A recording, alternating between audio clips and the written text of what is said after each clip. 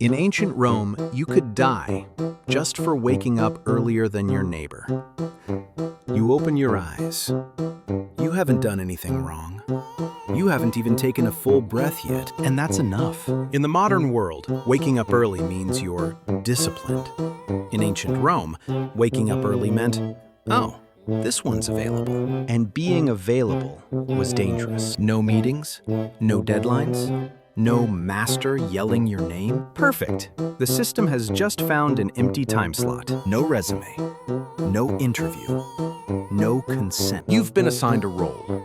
Extra entertainment for the arena. You weren't arrested for committing a crime. You were arrested for not being busy enough. Ancient Rome didn't ask who you were. They asked, "Are you free this morning?" And you answered by waking up too early. You wake up early. Not heroically early. Not, "I'm changing my life" early. Just early enough that the street outside hasn't fully agreed to exist yet. The air feels unfinished. The city hasn't put its face on.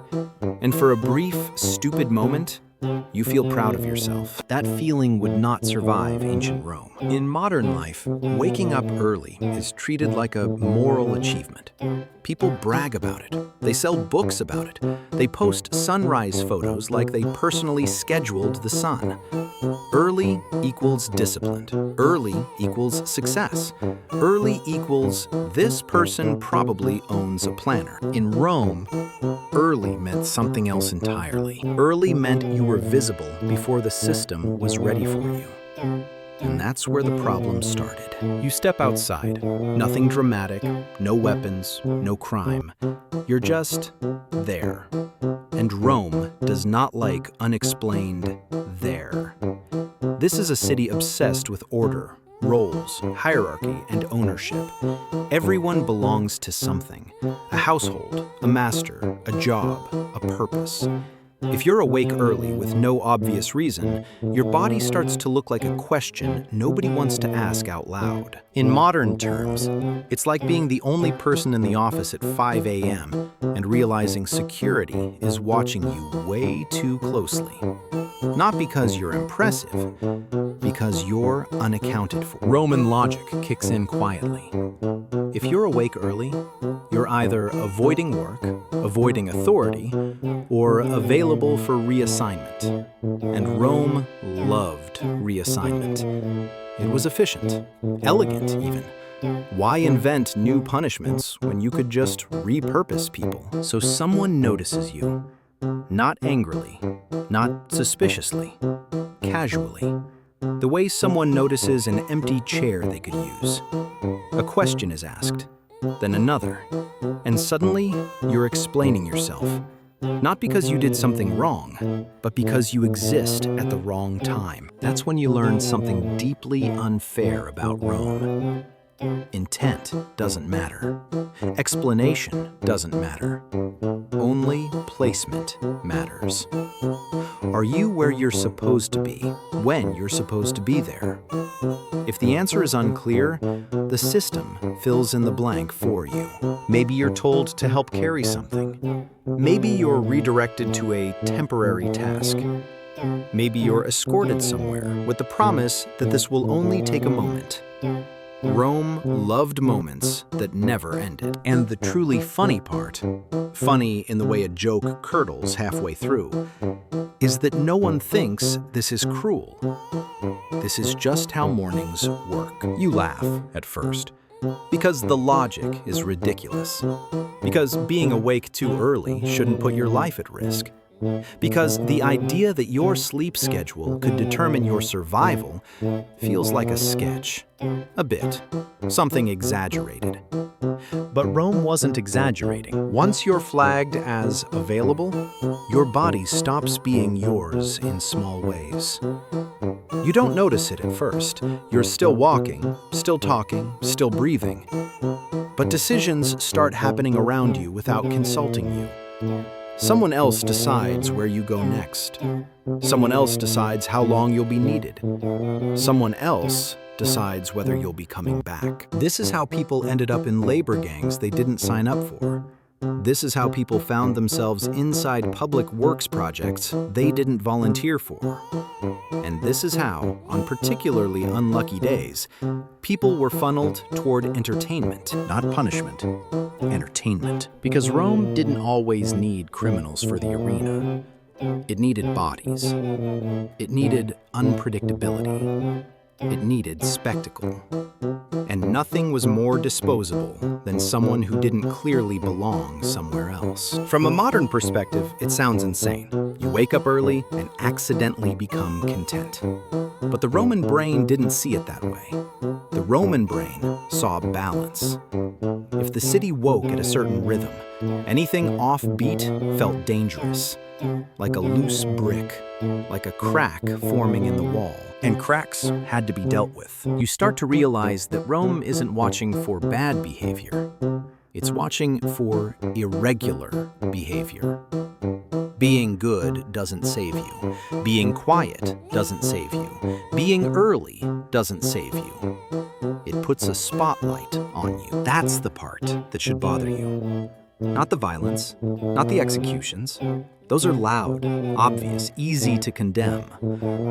The unsettling part is how much of this felt administrative, calm, necessary. No one screams, no one panics.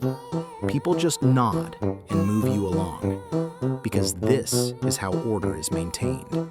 And if someone like you disappears from the morning streets, well, everything feels smoother after that. You start to understand why Romans trusted rituals so much, why they loved schedules, omens, routines.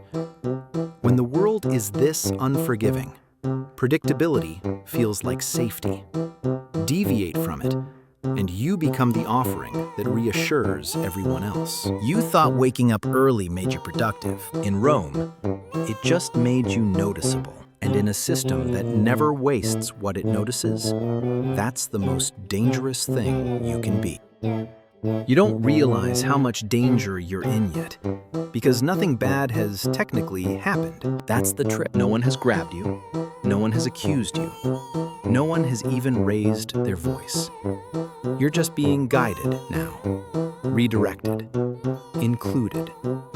Rome is very good at making violence feel like participation. Someone walks beside you, close enough that you instinctively match their pace, not close enough to feel threatened.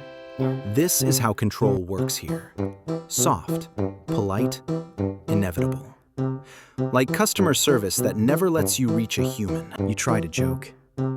That's what modern brains do when reality starts glitching. You say something light, something friendly, maybe a comment about the early morning, maybe a laugh about how quiet it is. They don't laugh back. Not because the joke is bad, but because humor in Rome is contextual. You only get to joke when you're clearly inside the right role. Soldiers joke. Elites joke. Spectators joke. Unassigned people don't joke.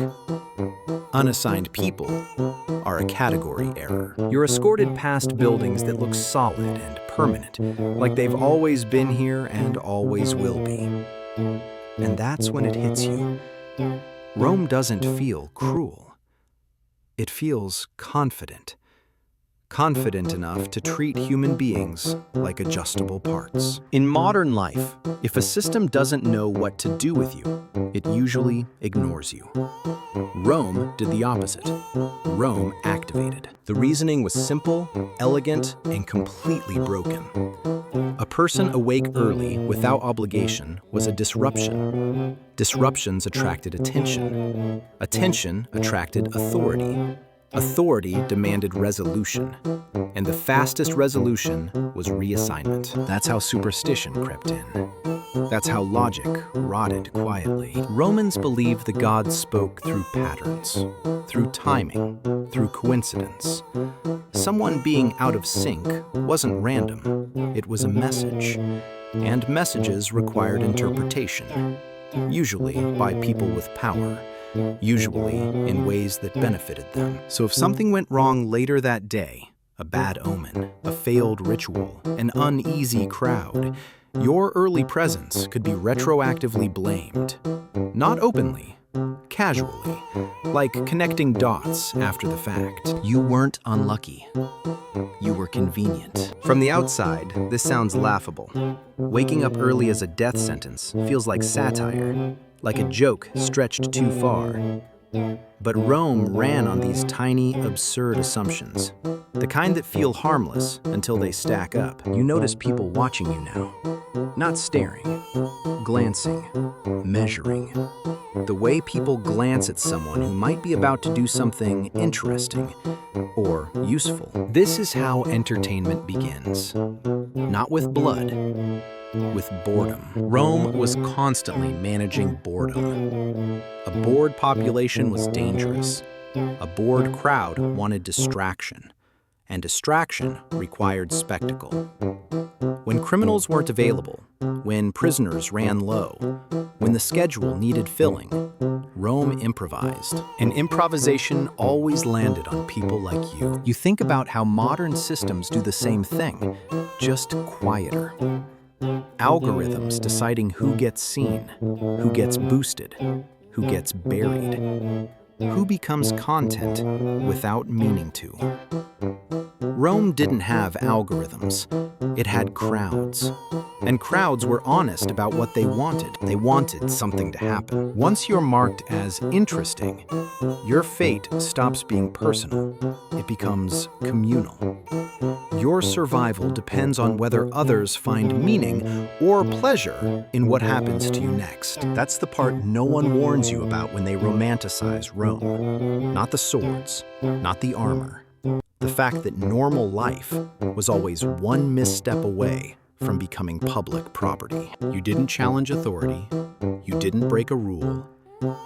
You just existed at the wrong moment. And Rome had a solution for that. The truly uncomfortable thought is this: nothing about this required malice. It only required agreement. Enough people believing that this was how things worked. Enough people waking up on time and not asking questions. Because as long as it wasn't happening to them, the morning felt perfectly normal. At some point, you stop trying to understand what's happening and start trying to behave correctly. This is another mistake, but it's a very human one. You lower your voice. You keep your hands visible. You walk when they walk. You don't ask questions anymore because you've noticed something important. Questions slow things down, and Rome does not like delays. Delays imply uncertainty. Uncertainty implies weakness. Weakness implies that someone needs to fix it, so you become agreeable. In modern life, being agreeable is a survival tactic. It gets you through meetings. It keeps HR calm. It makes strangers less hostile. In Rome, agreeableness is read very differently. It doesn't mean you're polite. It means you're manageable. And manageable things get used. You're led past a group of men loading equipment. Heavy stuff.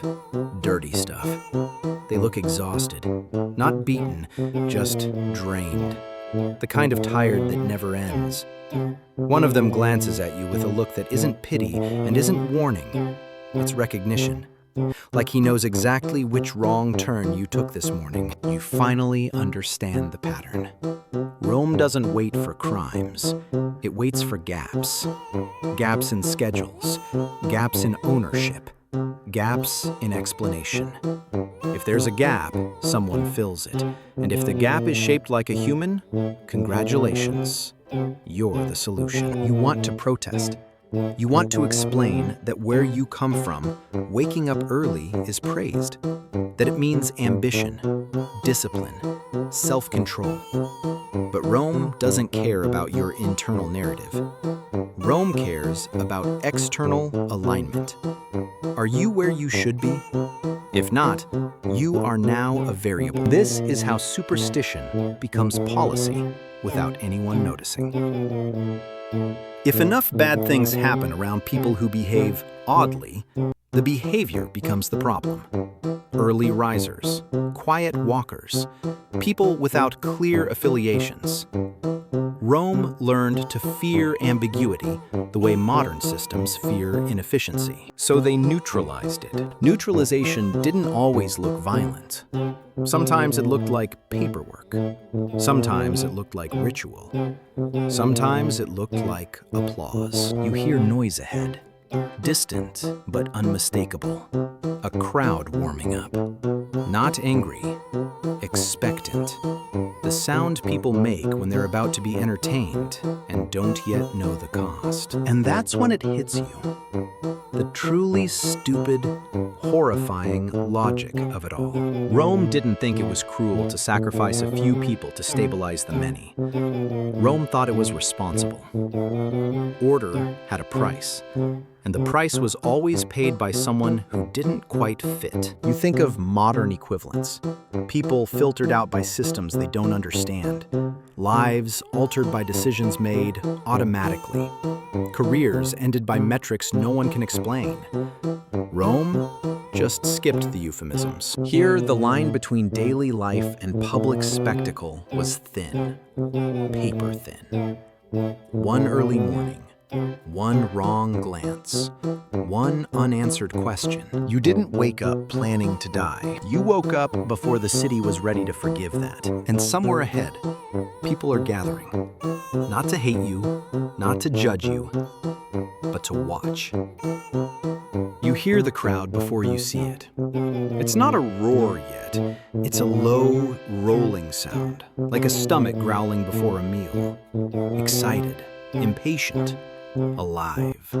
The kind of sound that tells you something is about to happen, and whatever it is, it won't be private. At this point, your brain finally accepts the truth it's been avoiding. This isn't a misunderstanding. No one is going to step in at the last second and say, sorry, wrong guy, you can go home. Rome doesn't do apologies. Rome does momentum. You're guided closer, and now you can see the architecture opening up. Stone. Massive. Permanent. Built to last longer than the people who pass through it. You catch a glimpse of the arena floor, and for half a second, your brain tries to turn this into a joke again. Because if you don't laugh, you'll panic. And if you panic, you'll look interesting in the wrong way. Modern life trains you to believe danger comes with warning labels, with sirens, with angry faces. Rome trained people to accept danger as part of the background, something that simply existed, like weather. You think back to the morning, to how harmless it felt. You woke up early, that's it. No rebellion, no ambition, no grand plan. Just a body functioning slightly ahead of schedule. And somehow, that tiny misalignment has carried you here, through layers of logic that sounded reasonable at every step. That's what makes it terrifying. At no point did anyone say, we're doing something evil. They said, we're doing something necessary. They said, this is how things work. They said, people expect a show. Rome was very good at outsourcing responsibility. No single person decides your fate. The system does. Tradition does. The gods do. The crowd does. And when everyone is responsible, no one is guilty. You realize something else now. Standing at the edge of becoming spectacle. The people watching don't see themselves as cruel. They see themselves as normal. They woke up at the right time. They followed the right rhythm. They stayed in sync. And because of that, they're safe. Today, you were unlucky enough to drift out of alignment. That's the part that sticks with you. Not the violence, not the superstition, the normalization of it all. The way danger hid inside routine. The way absurd rules hardened into life or death outcomes simply because no one questioned them anymore. You think about how many times people throughout history must have laughed at the logic while still obeying it. How many times someone said, well, that's just how it is, while something deeply wrong continued uninterrupted. Rome didn't fall because of madness. It functioned because of it. And as the noise rises and the crowd finally sees you, you understand the last, cold truth of ancient Rome. Survival wasn't about strength, intelligence, or virtue. It was about timing, about blending in, about not standing out when the system was looking for something to consume. You woke up early, and that was enough. That's all for today. I'll be making similar videos in the future. Subscribe to see them.